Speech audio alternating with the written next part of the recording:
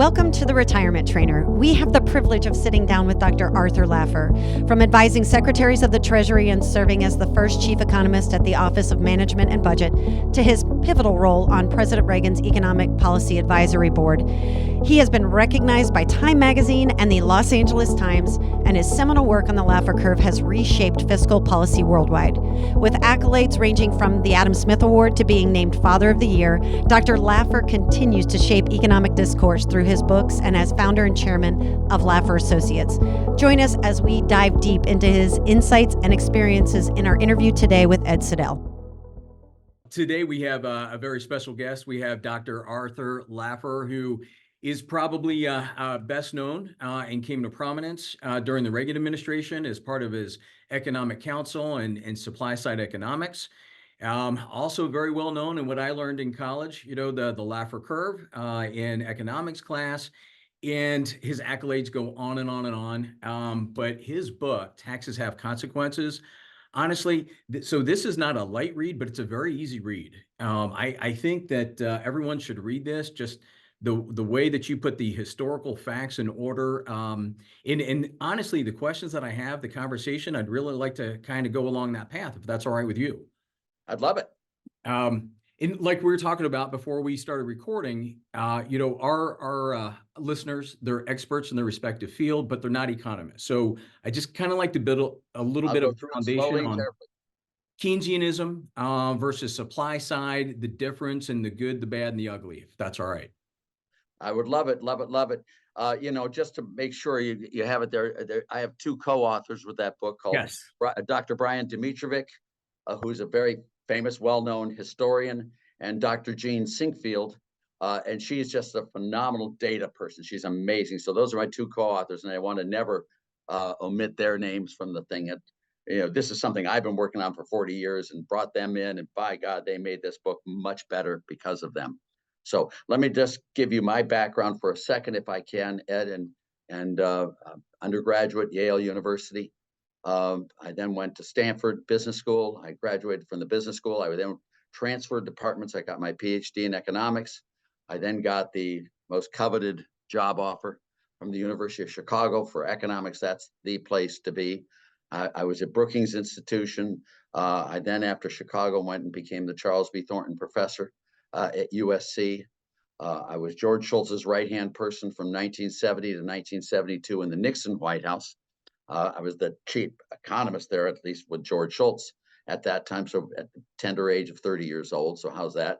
Wow. First American to go to China in 1970, October of 1970. I went with George Shultz and John Ehrlichman, and I just stepped into China. I pulled myself back, but I was in charge of the domestic economy of China for the White House as a staffer now, not as the big boo, boo, boo, but as a little beep. I was there, and same thing with Vietnam. So, then of course, my history with Reagan. There, and I never did take a job ever again after the Nixon White House ever again officially, because once you get a paycheck, you're an employee. You don't get to say what you really think is right. And I've been involved with Trump, and I've been involved with Dick Cheney. It was my classmate. I could go on, but I've been going to the Oval Office now for 54 years with presidents. I've been through all of that stuff. I've worked on a lot of states. You may know Prop 13 in California. I've been involved in 15, 20 state stuff. And Margaret Thatcher, I did a lot there. I was probably the only staff American over there with her. And Chile, down there in the 70s with the Chicago boys. I was a Chicago boy. Argentina. So I do revolutions, and I love, love, love doing revolutions. And no group warrants my enthusiasm more than lefties and socialists and Fabians, et cetera. And the reason is that I'm an economist, and I want to go through economics is all about incentives. Strictly speaking, it's just incentives. People don't work to pay taxes. People work to get what they can after tax. It's that after tax return that incentivizes a person to get educated so they can earn higher wages, to shift from one job to another job, to move from one state to another state.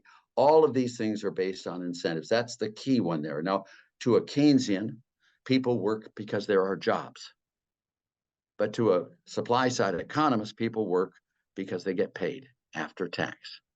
Very major distinction. Second distinction is, to a Keynesian, people save because their incomes are high. There's a saving rate on your income. So when your income goes up, you save more. When your income goes down, you save less.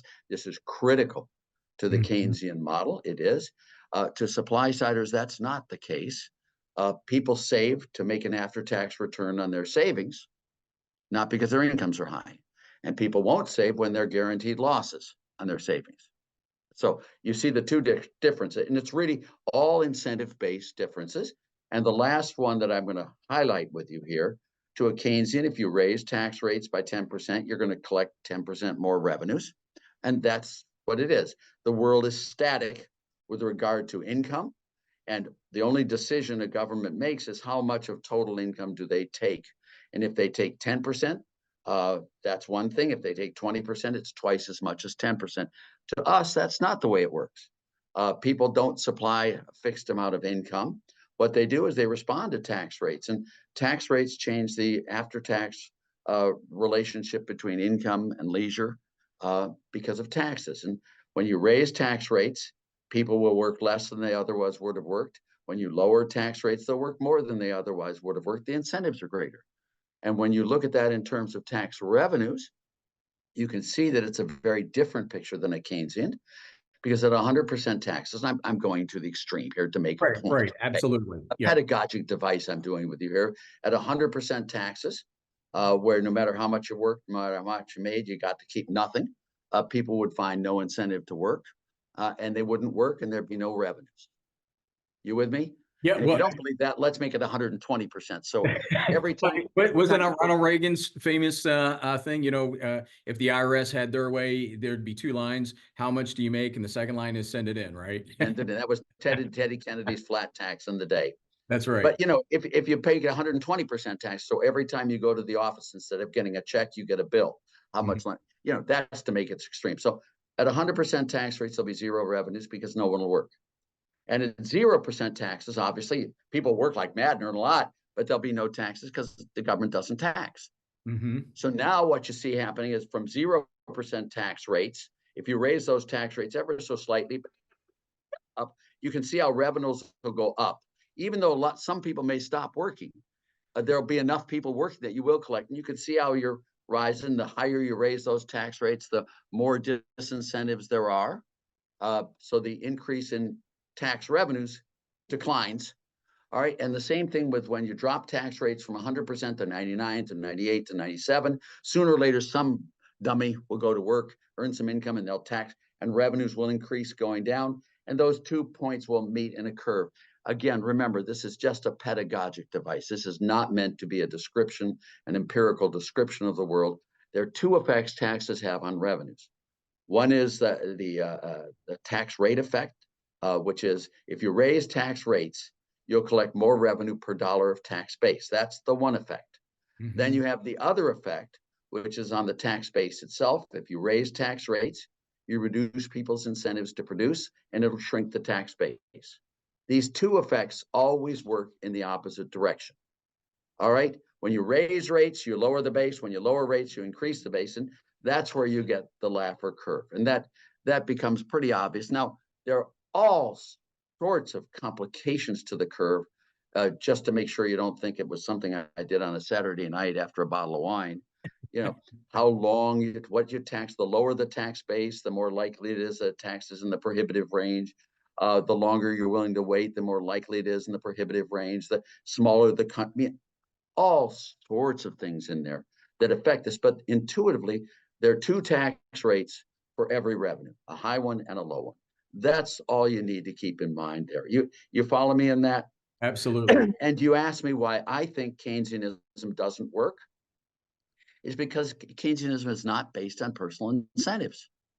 So therefore, it's really not economics. It's sociological, whatever it is.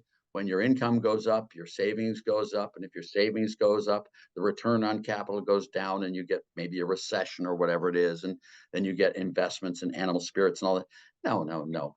let me talk to you in that the government can increase demand by spending more. Now, that's a classic of Keynesian. If you spend, let's say, $60, the government does, the person who receives that $60, they'll spend a portion of that of their income there. That's the marginal propensity to consume. That in turn will create jobs, output, and employment. That's what they say. And those people will have higher incomes, and they'll spend some of that. And there'll be this cascading effect through the system. To be a little bit geeky with you on the Keynesian model, this is a 1 over the multiplier, the 60 bucks that you spent, the multiplier on that is 1 over 1 minus the marginal propensity to consume, is what they say, and that's the multiplier. And that's how much total income will go up. And every Keynesian will agree that that's it. But what they miss, Ed, and what they miss desperately, is that government doesn't create resources. Government redistributes resources. That's what I wanted to get on the transfer theorem, and I'll come to that transfer theorem with you in a second. But if you take from someone else the 60 bucks and you give it to someone else, it's true that the person you give the money to will be better off and they'll spend more, and all of that will happen. But the person from whom you take the 60 bucks, won't they spend less? Won't that in turn get them to spend less? These two effects offset each other 100% by the hour, by the day, by the week, by the minute, by the year, to the 9,365th decimal place. What isn't eliminated here on the Keynesian model, which is just purely an income effect of government spending, is the substitution effect. Imagine if we had the government spend 100% of all GDP. So everyone who worked and produced received nothing, and all those who didn't work and didn't produce received everything. What do you think would happen to GDP? It would go to zero. It'd go zero right away. And this is the transfer theorem. And let me go through this with you, because it's very important you understand this, because this is what economics is all about, not sociology, which is Keynesian economics. Whenever you take from one group and give to another group, that's called a transfer. Okay, the government goes to tall people, takes their money and gives it to short people, which I sort of like, being a little short myself. Me too. I like it. I love it, love it, love it. You can take from old people and give to young people, which I don't like, but you can take from young people and give to old people. I'm really into that. You can take it from fat ones to skinny ones and all that. Normally, when we talk about a transfer, we usually think about it increasing a transfer payment taken from those who have a little bit more to give to those who have a little bit less. This is called redistribution, but it is purely redistribution is just the description of a transfer payment. That's all it is. So what I'm going to talk here about, I'm going to use this example, the redistribution example, as my example of a transfer payment, so that you can see the principles of economics operating. Great. Which is, if you take from those who have a little bit more and you give to those who have a little bit less, that is the redistribution transfer payment. With me? Yep. Now, by taking from those who have a little bit more, you reduce their incentives to produce, and they will produce a little bit less. Make sense? Absolutely. That's incentive. That makes incentive, pure incentive. They'll produce a little bit less. Now, when you give to those who have a little bit less, you provide them with an alternative source of income other than working, and they too will produce a little bit less. In other words, you reduce the incentives on both parts. You reduce the incentive of the top ones to work, and they'll produce less. You reduce the incentives to work on the bottom ones, and they will produce. The theorem here, and it's not left wing, it's not right wing, it's not liberal, it's not conservative, it's not it's not Republican or Democrat. It's just math. Whenever you redistribute income, you always will reduce total income. Always. That's math. And I don't give a damn who you are. That's what actually happens. It's math. It's a theorem. Now, that's neat. And I just proved it to you verbally to you. By the way, the math is real easy too. Right. But let me then give you now the lemma from this theorem. The lemma from this theorem is delicious. And the lemma I'm not going to prove for you, but I think it'll be self-explanatory. The lemma is, the more you redistribute, the greater will be the reduction in total income.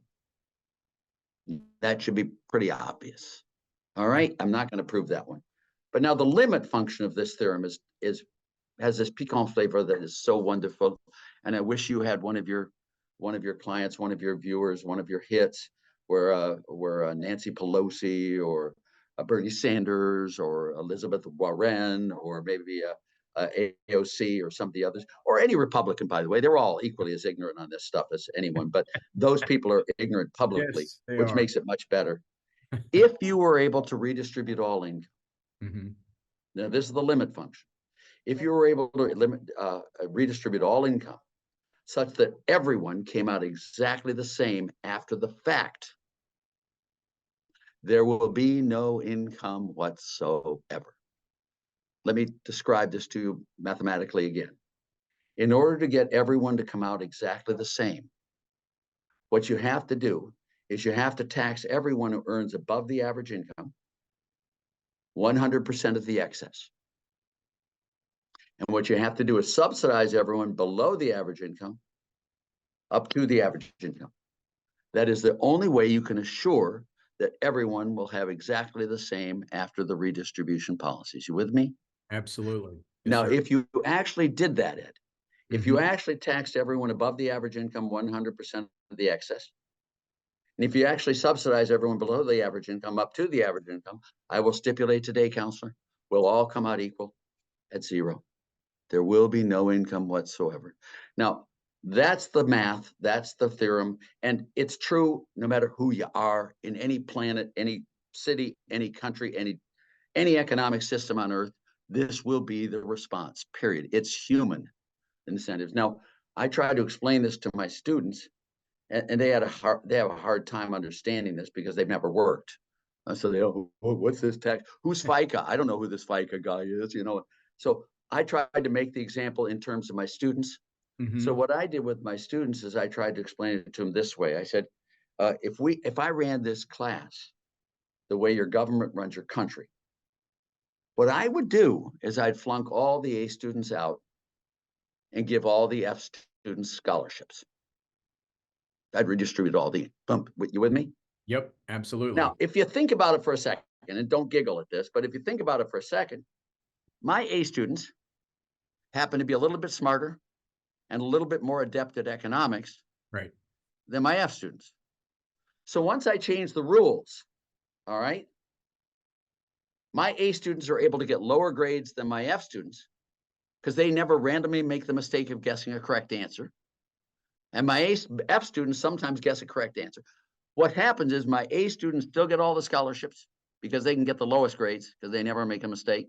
My F students still get flunked out. They have the highest grades because they don't understand when they've made a mistake. I have not changed the redistribution of grades one iota. But what have I done, Ed? What I have done is I've destroyed the entire quality of the educational process. Let me extend that logic over to economics if I can. You cannot change the distribution of income by redistributionist policies. But what you can do is change the volume of income. Every revolution on planet Earth has always been dedicated to changing the distribution of income, and not one has ever succeeded whatsoever. But what they all have succeeded in doing is destroying the volume of income. Are you with me? And do you follow what I mean? This is why Keynesianism doesn't work. Yep. And it's not because they're bad people, they're just ignorant. And if I can say this to my friends in the academic colleague, and I went to all the PhD programs with all of them. I got better grades than they did, mind you, and I got better promotions than they did. But you can medicate crazy, you can educate ignorance, but there ain't no fixing stupid. And Keynesian economics is stupid because it's all partial equilibrium and can't work. If you think you can spend money that doesn't come from someone else as a government, you're crazy. We can medicate that one. And if you think you can do, well, you can see what I'm saying here. And this is why Keynesianism doesn't work. Now, what happens is if you train them all in the PhD programs and the undergraduates, clearly it's all Keynesianism, and no one's taught classical economics or supply side economics. These people impressing their professors, they get the wrong economics and they get locked into it. They never can change their minds. You will never take a professor and teach that professor supply side economics because they ain't willing to listen. They just aren't. Now, I've gone through the Laffer Curve with you. I've gone through what Keynesian and supply side economics are with you. I've done the transfer theorem with you. I've discussed why I don't think Keynesian economics works with you. Now we want to talk about the world. Yes. The data. What you find on the data is those countries that raise tax rates grow slower than those countries that lower tax rates. It's empirical. I can easily understand. I can make the case that the government would do better if it raised tax rates and spent it. I can make that logical argument. I can make the argument in the opposite. It's about facts, Ed. It's about facts. And, this isn't about how you feel. It's not, I don't give a damn what your opinion is. Now it's about facts, not how you feel. All right. Tell me, what are the fastest growing states in the nation? Those that How have about Florida? states. How about Yeah. Texas? How about Tennessee? How about Nevada? How about South Dakota? How about New Hampshire? But I'll do them all. They're all zero income tax states. What are the slowest growing states in the nation? Yeah, they're the New Yorks, the Connecticuts, the Illinois. They're the New Jerseys. I mean, I could go on and they're all states that have introduced an income tax in the last since 1960. If you look at this just educationally, you find a very direct link between raising taxes, putting in income taxes in states, and their relative performance. Which states are having people move into them and which states are having people move out of them? The same thing. And I could go on and on with you on this stuff. Which countries are doing the best? Which countries are doing the worst? When did the U.S. do well? It did really well under John F. Kennedy when we cut the highest marginal income tax rate from 91% to 70%. We cut the lowest rate from 20% to 14%. It did really well under Bill Clinton when you cut tax rates on capital gains and massively cut it. When you cut government spending as a share of GDP by a lot under Clinton. When Reagan was president, it worked beautifully when we got the highest tax rate from 70% to 28% at the federal level. It worked. We cut the capital gains tax rate. I'm just the corporate rate. We cut it from 70% to 28% under Reagan. Is that a good enough cut for you? Okay, we cut the corporate tax from 46% to 34%. Is that a good enough cut in the corporate rate? We went from 11 tax brackets to 2 tax brackets, a 28% bracket and a 15% bracket. We got rid of all these brackets and had almost a flat tax. What happened under Reagan? What happened under Kennedy? It was called the go-go 60s, the Reagan boom. It was called the roaring 20s. I'm giving you anecdotes here because it's really hard to go through all that. Now I want to talk to you one more time about the rich. And this is the redistributionist model, and this is the Bernie Sanders, the Elizabeth Warren model. And, there are all these economists. They call themselves economists from MIT, from Harvard, from the University of California, Berkeley. You know them. It's Piketty and Emmanuel Saez and Sancheva. You've got Zuckman. You've got there are a whole group of these people of income inequality. And then what they do is they want to raise tax rates on the rich. All right. And for the benefit of the poor. And they make the arguments here. And the arguments are possible. I mean, they comport with intuition to people who aren't economists. If you raise tax rates on the rich, you're going to get more revenues. And you'll be able to use those monies to support the poor. And you will reduce income distribution. And even though there will be disincentives for the rich, the economy will do well because you broaden the tax base. Does it sound like a president we're going to build the economy from building it out, and the rich have to pay their fair share? This is the whole model of raising tax rates on the rich. And you hear it all the time. You with me? If you raise tax rates on the rich, it won't affect growth very much. If it does, you're going to make the poor better off. Yeah. Okay, we have the facts in that book that you just showed. We have every single tax return in the United States from 1913 to the present. Every one. It's not sampling. We know exactly the tax return that is the last one in the top 1%. And we have the last tax return, which is the first one in the bottom 99%. We have all their deductions, exemptions, exclusions, everything they did. We know it. We also have all the legislation that Congress put through at the federal level. And now, as you know, the income tax was put into place in 1913. All right, we passed the 16th Amendment. And 9 months later, we had our first income tax, progressive income tax. It was a little bitty one. Ed, no, if you give me a few minutes on this, I'll go through it with you. Because it's really important. In 1913, the highest marginal income tax rate was 7%. And the lowest rate was 1%. It went up there progressively the more you made. Now, just for the record, the total number of people required to file an income tax in 1913 was 358,000 people. Now, there were 62 million adults at that time.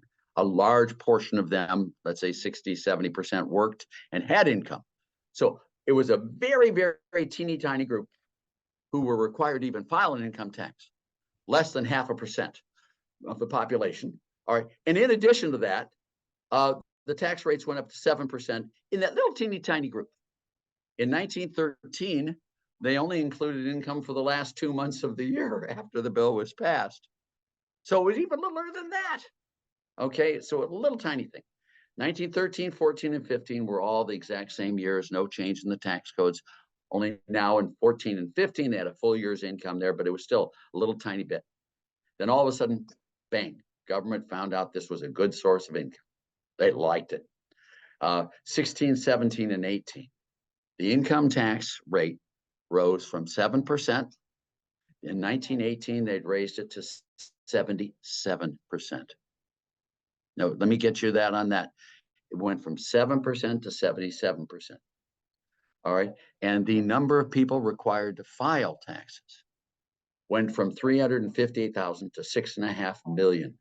So they did two things. They expanded the coverage of the tax to a lot larger segment of the adult population, and they raised the highest rate to 77%. Now, they did it with the best of excuses. We have a war, World War I. We have a pandemic. You remember the pandemic of, maybe not personally, but it was a big deal. It was like COVID-19, and it was big. So they had all this need for government funding. And then, of course, after that war, after that pandemic was over, there was a big election in 1920, which was with Woodrow Wilson's handpicked candidate, which is a guy from Ohio. The governor of Ohio was the handpicked candidate there, and his running mate was his best friend, a guy named Franklin Delano Roosevelt. That was the Democratic side. Mm-hmm. And they stood for keeping tax rates high to pay off the debt from the war. And it was Harding and Coolidge were the Republican candidates, all right, who wanted to return to normalcy to cut tax rate. The Republicans won by the largest percentage ever. Boom. Now I'm going to start short circuiting. You can see how detailed we've gone to in these books. Each period is covered in obnoxious detail. All right, fun detail. They dropped the highest tax rate from 77% down to 25%. Is that a good enough cut for you? They did it over progressive periods there. The period they did that over became the Roaring 20s. Output, employment, and production. Tax revenues soared. Tax revenues shrank in 2018. The tax revenues soared during the Roaring 20s. It was one of the biggest booms of all time. After World War I, when they kept the rates high, the economy tanked. It was a terrible time, a horrible recession after World War I. Then you got 1929, where the Smoot-Hawley tariff came in, crashed the economy. Then you had what you had under Herbert Hoover. He raised the highest tax rate from 25% to 63%. He shrunk the brackets way down. So you hit the 63% at a much lower income than before. Comprehensive taxes there. Boom. Roosevelt won the election in 1932. He came in, he put a wealth tax on by confiscating all the gold. And then you had the tax rate was raised in 1937. It was raised, in 1937, it was raised from 63% to from 63% to 74%. Then it went all the way up to 1944. It went up to 94%, the high. We have huge volatility in the highest tax rates on the top 1% of income earners. We have every single tax return. We have all of the facts before us. Now, tell me how many of your liberal economists who study taxes and claim to be economists, how many of them literally ever tell you, every single time we've raised the highest tax rate, three things have happened. The economy is underperformed. All right. Tax revenues from the rich have gone down, and the poor have gotten hammered. I mean, hammered. The Great Depression was not a good time for the poor. World War II was not a good time for the poor, just in case you're asking. World War I was not a good time for the poor. The three things happen when you raise the tax rates is, number one, the economy underperforms, tax revenues from the rich go down, and the poor get hammered. Now, three things happen when you lower tax rates. Shock, oh shock. Every time when you lower tax rates, the economy outperforms. The go-go 60s, the roaring 20s, you name the period, the Reagan period, when you lower the taxes on the top 1% of income earners, the economy outperforms. Tax revenues from the rich go up, not down, because they stop sheltering their income and they start paying their taxes fair and square. All right. And the poor get jobs and they earn income and they get employment and they do much, much better. That is the truth. And that is the whole truth and nothing but the truth from the standpoint of taxes. Now, if you want to get Saez on this show with you, I'd be more than happy to, or Zencheva, or Zuckman, or any of these other people. I use their data. I mean, they are very, very good at assembling and doing all the tax data. They did a great job, but they just don't report what I just told you. Now, why don't they report it with their data is anyone's guess. But you never hear, and they refuse to debate me, Ed, for obvious reasons, because I use their data and they're wrong. And they lie. They are motivated by politics, unfortunately, rather than science. They frankly, they rebut arguments they know to be true, Ed, in order to curry favors with their political benefactors. They put a thumb on the scale of their own data, and that's why they won't debate me in public. Now, I have had 4 or 5 debates in public, but not with these people who do it. And every single time you can watch those debates, and every single time you can see the guys concede my point. I mean, the rich are rich. Well, it's about the math. You can't argue with that. Yeah, and we can't argue with the facts, but also the logic. I mean, rich people like to earn income too. So when you tax rates, they do all they can to get around it. They can change the location of their income. They can move from California to Tennessee like I did, or they can change the composition of their income. They can go from earned income to capital gains or to other favored income sources. They can change the timing of their income. They can use change the timing of their income as they did in the 50s all the time. So their income gets treated a better thing with their savings accounts and their retirement funds and they can change the volume of their income. They can go and take a trip around the world in a sailboat and not be suffering that much. They can live off their wealth there. They can do this. And in the book, in chapter 2, we go through the 20 best tax shelters of the whole century plus period of the income. You'll love them. They're just great examples of this. So that's what they can, not only can change, they change the location of their income, the timing of their income, the composition of their income, and the volume of income, but they can also have the wherewithal, the means to hire lawyers, accountants, deferred income specialists, favor grabbers, lobbyists. They can hire politicians, for God's sakes, which is what they do. They do. And you would do it too if you were in their shoes. That's what they can do. And that is what they do. And they use that. And it is amazing how effective they are at doing that. Dr. Laffer, yeah. Can I ask you a question real quick? Sure, so, please, fire away. Because with the taxes, right? The redistribution of wealth, the transfer. What would you do to solve the tax issue right now? I mean, I know that you're a fan of the flat tax. Is that something that that's what I do. Is I do just what I did with Jerry Brown when he ran for president. I was his economist. We get rid of all federal taxes, all of them, with the exception of sin taxes. And the reason that we don't want to get rid of sin taxes is because their purpose is not so much to raise revenues as to change behavior. I jokingly say we Americans don't like drunk people smoking while we shoot each other. But you know what I'm saying. Speeding tickets are not to get money so much as they are to stop speeders. You with me? Absolutely. Get rid of all. And by the way, sin taxes are a very small proportion of total federal taxes. I get rid of all other taxes: personal income tax, corporate tax, death tax, capital gains tax. I get rid of all excise taxes. I get rid of payroll taxes in both employer and employee, Medicare, Medicaid. I'd get rid of all excise tariffs. I get rid of all federal taxes except for the sin taxes, and have 2 flat rate taxes: one on business net sales, which I call value added, and one on personal unadjusted gross income with no deductions, no exemptions, no exclusions. On those 2, if you did that, you can replace all federal taxes, all of them, with a tax of approximately 11.8% on each. Now, remember, no deductions, exemptions, no any of those. All right. Now, with Jerry Brown, I rounded it up to 12%. And when he got it, he rounded it up to 13% to make sure this was without any Laffer Curve effect, to make sure that there were no shortfalls in revenues. All right. That's the tax I would do, is a low rate, broad-based flat tax, inclusive of all federal taxes, with the exception of the sin taxes. And that would just generate the most amazing machine growth of America. We would have so damn many jobs around, the poor would get rich. Everyone would have incomes higher, just like what happened under Trump. As you know, when Trump did the tax there and lowered the corporate from from 35 to 21%. You saw what happened to poverty levels. You saw what happened to incomes. You saw what happened to at median incomes went way up there. They hadn't been up for 20 years. That's all of that happened. And that's what I do. And you'd create a chance for people to really get in, and you'd have more revenues for the federal government to help those who really can't help themselves.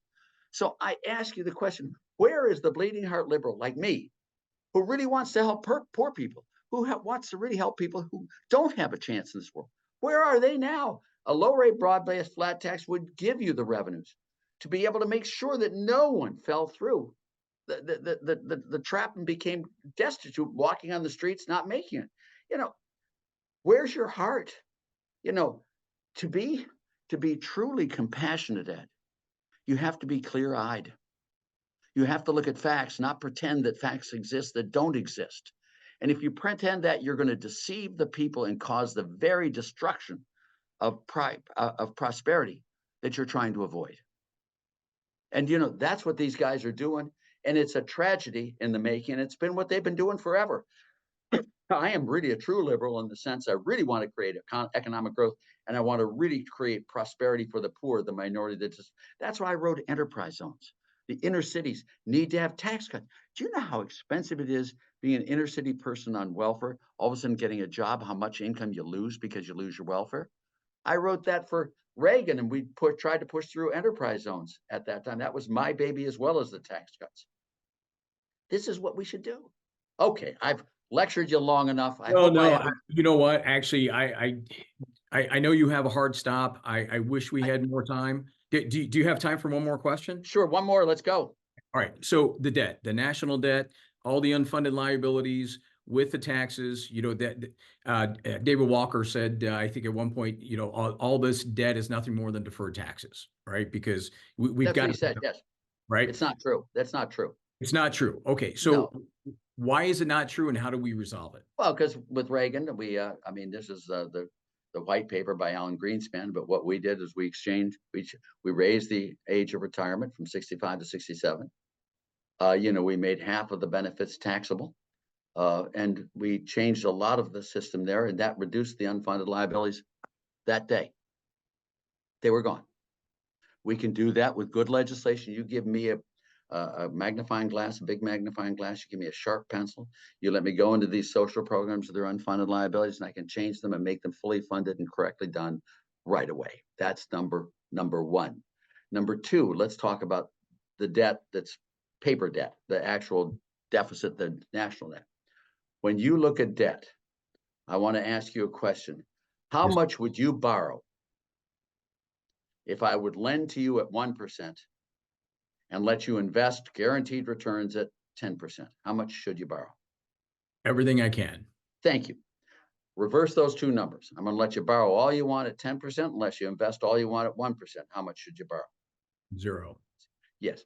Borrowing is not the problem. Borrowing is a tool. The problem comes with the spread.